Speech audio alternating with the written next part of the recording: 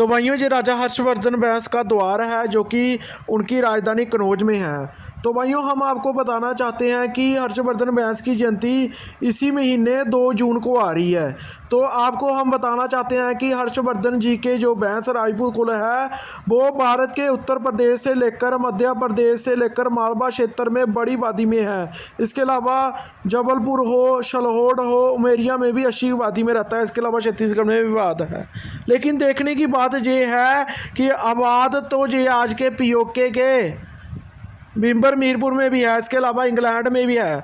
लेकिन देखने की बात यह है कि उनकी जो राजधानी थी वो कन्नौज थी। कन्नौज में 300 से ज़्यादा गांव बैंस राजपूतों के हैं, राजा हर्षवर्धन के वंशजों के हैं। अभी तक वहाँ पर कोई भी कार्यक्रम की शुरुआत नहीं की गई है। तो मैं पूछना चाहता हूँ कि कार्यक्रम की शुरुआत तब करोगे जब कोई उनको चुरा कर ले जाएगा, जैसे बाकी महापुरुषों को चुरा कर ले रहे हैं इस देश में।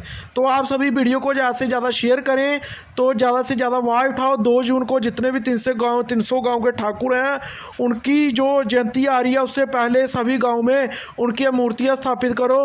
मूर्ति नहीं तो कम से कम एक राजपूताना बोर्ड स्थापित कर झंडा तो गाड़ो। ये वो ही पहले राजा थे जिन्होंने सबसे पहले अपने को राजपुत्र शुरू किया बोलना। राजपुत्र संस्कृत में बोला जाता था। हिंदी शब्द तो ये 8वीं 9वीं सदी में आया है।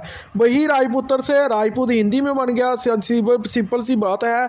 और उससे पहले क्षत्रिय राजाओं को पुत्रों को राजपुत्र बोलते थे। क्षत्रिय और राजपुत्र एक ही है। क्षत्रिय का जो पुत्र होता था जो राजगद्दी पर बैठता था उसको ही राजपुत्र बोलते थे। महाभारत में भी राजपुत्र शब्द है, रामायण में भी राजपुत्र शब्द आपको जगह जगह देखने को मिलेगा। और वही हिंदी में राजपूत संस्कृत के राजपुत्र शब्द को बोलते हैं। और जो अनपढ़ जाहिलों को ये नहीं पता कि पहले हिंदी शब्द था ही नहीं, तो उनको क्या आप समझाओगे। तो सभी छात्र धर्म के सपूत इस बार उनकी जयंती पर ज़रूर उनको श्रद्धांजलि दें और अपने जहाँ भी बोर्ड लगते हैं तो उनको भी जगह ज़रूर दें।